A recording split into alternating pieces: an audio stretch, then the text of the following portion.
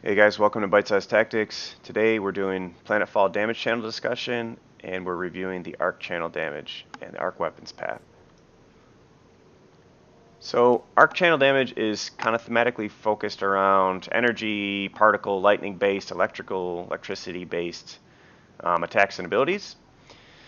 So generally speaking, there's some concepts that it introduces. Chaining attacks through nearby enemy targets in some cases, often staggering and stunning enemies, and even statically charging them with a stackable debuff, which makes them more vulnerable to the arc channel. As you probably expect, naturally, mechanical units are weak to this channel, which in some cases includes a decent number of the hero-piloted vehicles, while the ethereal, mineral, and plant-based targets are naturally resistant to it. Syndicate and Assembly factions both make use of the arc weapons group. Let's get into it. Let's take a look at the first tech here in the research path. So magnetic energy storage is going to introduce a tactical op and an offensive mod, and both of these I think are kind of nice and useful, especially for the relatively cheap cost this early on. So arc discharge is you're going to target a single enemy unit, and it's going to deal 9 arc damage with high impact, meaning basically that if the unit that you're targeting doesn't have stagger resistance, it's going to get staggered. But the attack also can jump to 2 additional targets within 3 hexes of each other, and it also will apply that high impact as well. So it doesn't sound like it's doing a ton here. For one tactical op point, though, it's actually pretty nice. It's pretty easy to come across a situation where you're going to hit 3 targets with this. So you're going to get 9 damage times 3 times potentially 3 staggers, so that's actually pretty good. Definitely hard to beat from a value perspective, I think, this early on. On the offensive weapon mod, static build-up module basically just is a way to make enemy units more, or I should say less resistant to arc channel damage. You can stack this up, so if you're hitting a target, let's say 3 times with the static build-up, then it's going to have 3 less resistance for 1 turn to your arc channel. So as you can just imagine, even with these two, the mod and the ability, or the tech up ability here, the concept is to build up resistance or build up a lack of resistance on an enemy and then hit it with some more potent arc channel damage. This is good. I mean, it's just useful, especially in the cases where you're applying AoEs with arc weapons and skills and abilities. Then you hit them, you set them up with the with the build up, and then hit them with something more powerful, or make stuff that isn't that powerful a little more powerful and hit a little bit harder with this debuff on it. Second up in the chain is Electron Impact. Here we get a defensive unit mod and also another tactical op. So the Arc Retaliation defense adds 2 arc channel resistance, 1 shield. It causes enemy units within 2 tiles to have a small chance to be stunned and take arc damage.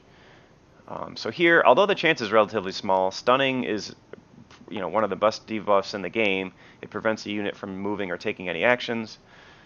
So it's useful. You're not going to see this proc often, but when it does, it's going to be very helpful. In my estimation and my use of this so far, you want this on a close range or a melee unit that's going to be kind of in the mix with enemies. The shield, obviously, that you get here doesn't help you necessarily with that, but that's okay. You want to put this mod on a unit that's going to be some way you have a ability to heal, either naturally or by itself, or with a larger health pool, or even with combination with some of the other defensive mods in the game. One of the combinations I like and I've used so far is the Void Tech Echo. If you're using the Void Tech secret technology, your Echo Walkers here, you kind of get a 2-for-1 here, and also you don't have to worry about losing one of the units, or both of the units, I should say. So it's, you can put it on a unit, split it, and then send one of them right into the pack of enemies, and they have to deal with it. So it's kind of neat, kind of a fun way to do it. But let's look at the tactical op here. So Arc Manifold, this is kind of a set and forget tac op. It's going to last for 5 turns. You hit a random enemy with 8 arc damage and high impact, and also a decent chance to apply Electrified, which makes the unit 15% less accurate and does 5 arc damage per turn. And it's only going to affect non-ethereal targets. So this is pretty good. I mean, it's fine. It's relatively cheap again. It's nice when you're getting another chance to stagger enemies that don't have that stagger resistance. The only thing is, for these, a lot of the attack ops that are based kind of on randomness, whether it's random enemies or random targets that are getting hit, it's kind of a bummer, but it makes sense thematically for what this is doing, I think. The third tech up here is Ionic Detachment. So this one's, I have kind of mixed feelings on at least the first part of what you're getting here for the tac op. This Aeon Flux Charge, you have to put it on a mechanical or cyborg unit. You get 50% damage increase and fast movement for 3 turns. So fast movement's just going to get you up to 40 movement points, which is, I think, kind of ho-hum. The 50% damage is nice, obviously, but then on the flip side of this, your unit also has a 50% chance. It says to be overloaded, which isn't even a thing that I could find in the game, but how this actually works is your unit will get stunned. So this, I will say, actually, with some of the other videos I've posted, some people will comment and say, hey, do you even use these units? Do you even use these abilities or whatever? Do you even play the game? Yes, I play the game, and I agree with many of you that, yeah, the in-game documentation and some of the, there's certainly plenty of bugs and inaccuracies and wonky things that are happening in the game, certainly in the tactical map. And my point is, I can't really control all that. I do play the game. I do use the units. I certainly don't have time to play test to a high degree every unit and ability and skill in the game. In all the cases, it's going to interact with other skills and abilities and everything else. But yeah, rest assured, I play the game. I use it. I use these things. When I don't, usually I'll call that out. I mean, I've not played all of the factions to the same extent so far. So.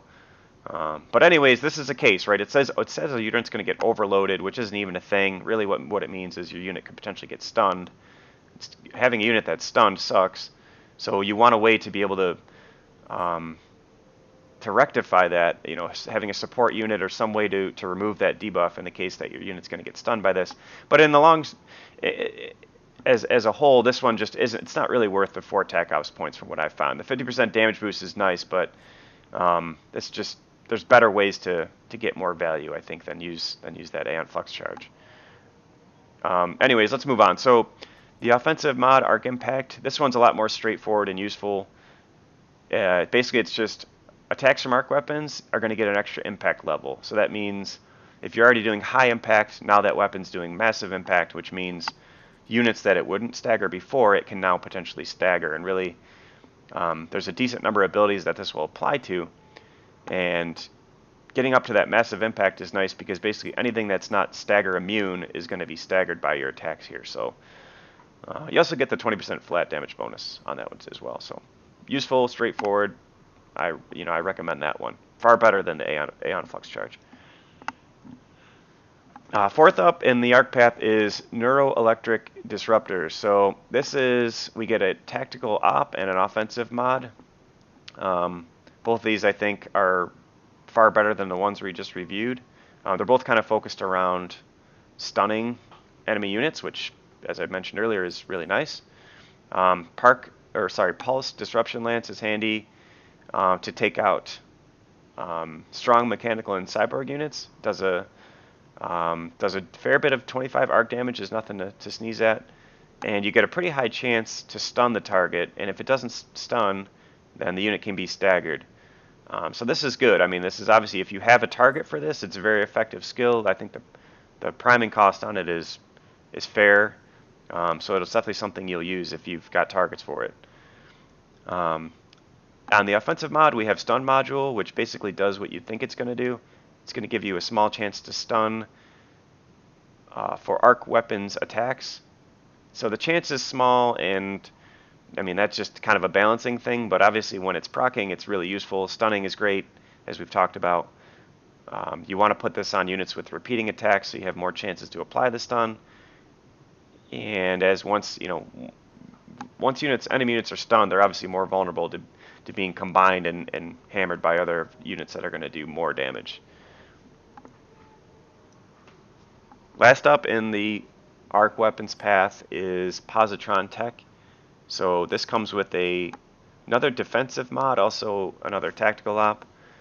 The Positron Converter Tactical Op is basically just a one-turn boost to all arc abilities in your army, and they're going to get a chance to stun targets and also deal twice as much, 100% increase on arc channel damage for one turn. So this is one you just have to set up. You want to use this at the right time. Obviously, it's not cheap, but you want to use it on a turn where you're going to get a bunch of value out of it by having your units already in position to deal damage, take offensive actions, and then reap the benefit of this. It's nice when you can set it up, obviously. A bunch of extra damage and potentially you're stunning enemies that you're hitting, so super useful.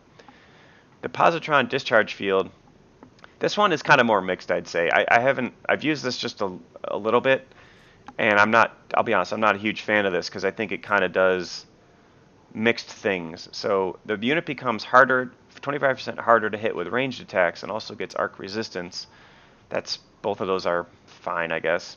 It is a lot of arc resistance, which can be nice. Also, the other benefit here, so each turn, a random enemy unit within a 2-hex radius of this unit is going to take 12 arc damage.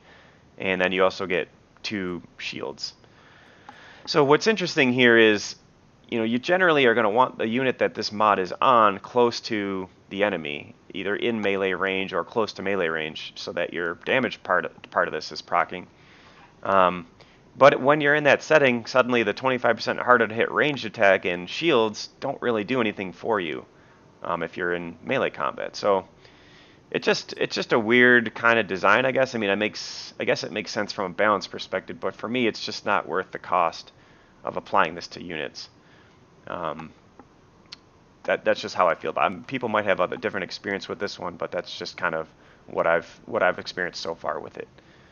But after that, so that sums up the whole path of arc weapons. I'd say the arc channel is pretty fun to use. It's pretty effective, and I think especially in kind of a support channel role where you're trying to get some of the benefits around the stuns and staggers that are applied here. That's I think where it really pays the most dividends.